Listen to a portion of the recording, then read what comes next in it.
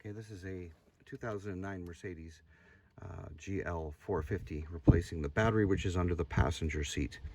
Now what you want to do is, obviously you need the key in the ignition for this to move the, and if your battery is completely dead, you're going to have to start your car because you have to get the seat.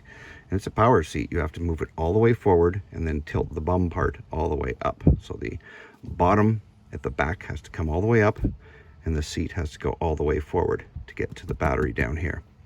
And once you've done that, take the key out of the car and do not put the car in the ignition until this is done. Never, ever, ever change the battery with the ignition, with the key in the ignition, ever. So take the key away and throw it somewhere, throw it in the bottom of a lake until you're done this, so you are not tempted to put the key in the ignition until the battery is replaced. So I'll be back in 2 seconds. Now that we've got the seat forward, up, I'm going to pull the key out. We'll be back in a sec. Up. You're going to see this air vent outlet. Pull that off. This was supposed to be clipped in. I made sure to take them all off so that you weren't watching me struggle for a few minutes. Now you're going to have the air vent itself, which goes under and plugs in the middle. It kind of curves around. Oops. So you see it's going to go like this when it goes back in, so it's going to go in and plug in back there. Now the top of the battery cover. This was not on well when I pulled it off. Whoever put the battery in last time. And then negative is toward you. Always take negative off first. 10mm bolt there. Loosen that off and then tuck it down beside the battery so you do not touch anything with it. Touch the battery with it anyway. Take this little piece here, pull it out, fold it forward as much as you can. Now there's the positive battery terminal. There should be a plastic cover like this over it. There's 2 holes on the left side that this plugs into. Pull that off.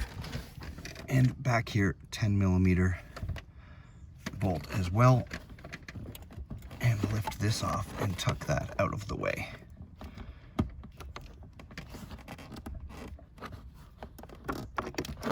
Off and out. Always negative first. And when going back on, positive first, negative second. And now there is a bolt down in the side. I can't remember the size. That holds the battery tray in, and I'll be back in a second once I remember what that is. I think it's a 10, but I'm not sure. Back in a sec. Okay, it is actually 12mm. There's 2 of them. There's one there and one there, and they're on the back side of the battery. There should be a little vent plug here, vent hose. Where is it? Right down there. Unplugged this from the side of the battery where it plugs in. Where the heck is the little hole? I just pulled it out. It's right there. So there's a little hole here, and you just simply unplug this. Tuck it aside. Take those 2 12mm bolts out. Now if you're doing this, you might want to have a magnetic pickup tool with you, which I brought this time because last time I worked on one of these, I could not get to the bolt. Once it fell down, you cannot get your hand back in there once you lose a bolt. Once you drop one, or if you drop your socket down in there. So a little magnetic pickup tool works really well.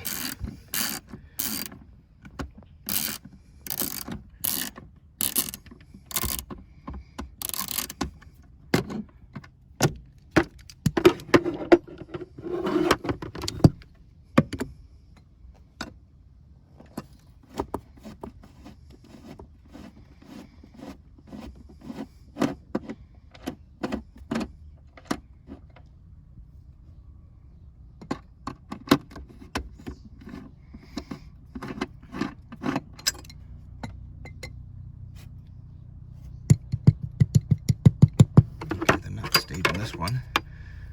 So like I said, I did bring a magnetic pickup tool because your hand does not fit in there unless you got little monkey hands. I kind of have little monkey hands, but not Super little monkey hands.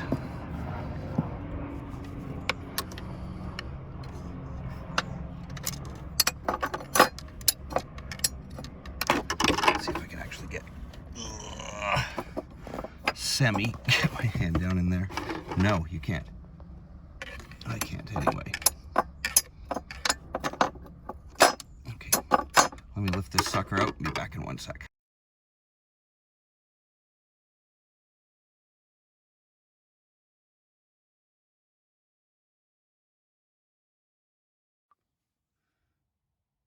Okay, so there it is facing.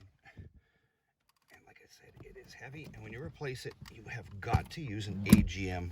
I'm not doing this with one hand, that's for sure. An AGM glass mat battery. You cannot use a regular battery. This thing charges at, I think, 180 amps. The alternator is, or 160 amps. And regular batteries do not like it. I don't know if this one's an AGM. I didn't even look, but we'll see in a sec when I pull this out.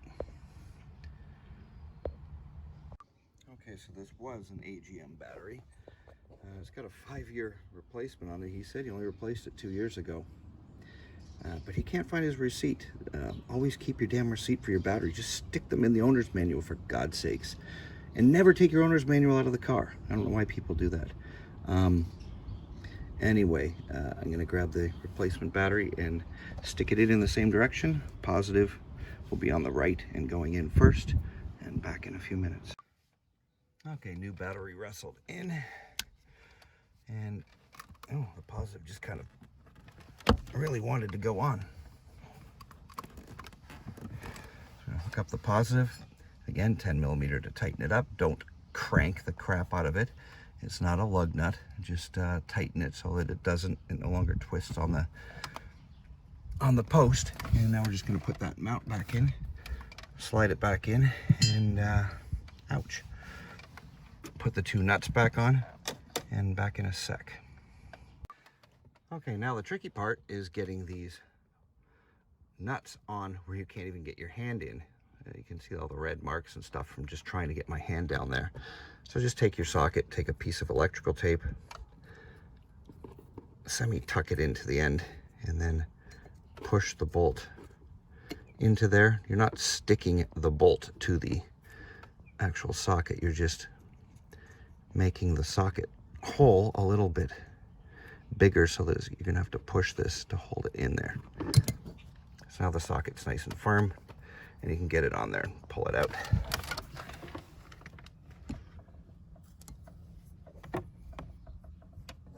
Okay, I'm trying to look through the camera while doing this, and it's kind of weird.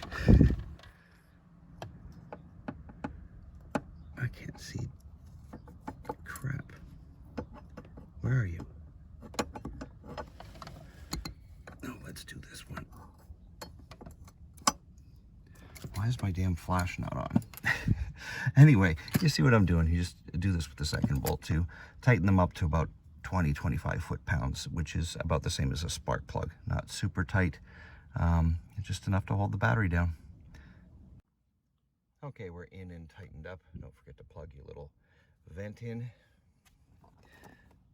Positive on first, negative on second.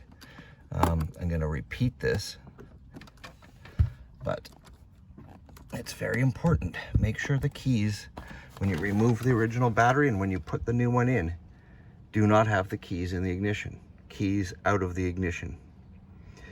You don't want your car on when the battery, you could blow a computer. Let's just say that. Electronics do not like sudden bursts of electricity. Where's my 10 millimeter?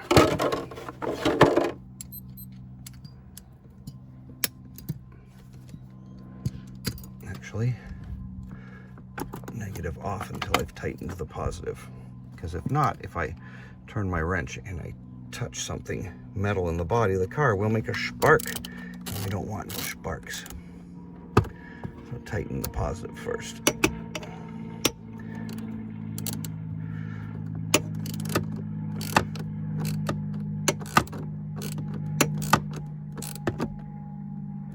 Okay, that's tight. Shield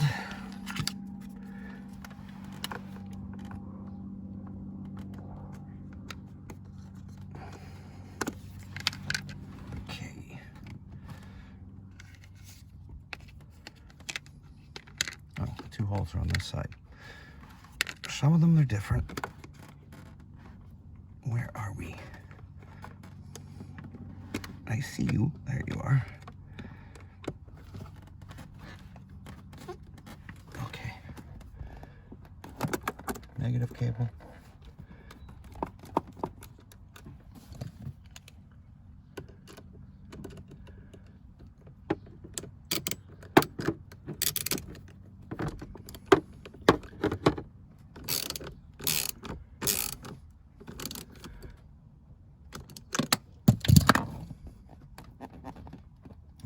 Nice and tight. Make sure the battery doesn't move. Now let's see if this... Oh, that's funny. No wonder that battery top was such a pain to put in, because whoever had put it in last time put it in backwards. You know, I'm pulling out the shield. I just assumed it went in the same way. I can't remember from car to car exactly how everything goes. And then I switched it around, and it's small end this side, big end that side. And it actually goes in. Anyway, where are we now? Take your rear heater control. And this is kind of a Jenga and feel as you go thing. You'll feel it plug in. So last person, because it should bolt onto this little nub at the back. See, there's a little pop screw right there. The top pops off. That should be holding in that.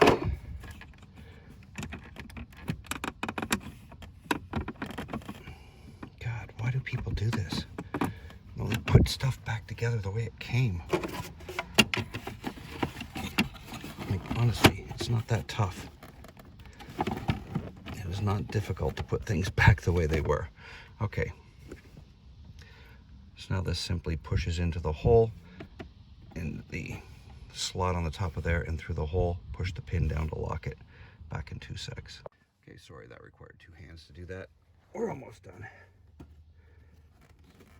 Fold the top over. And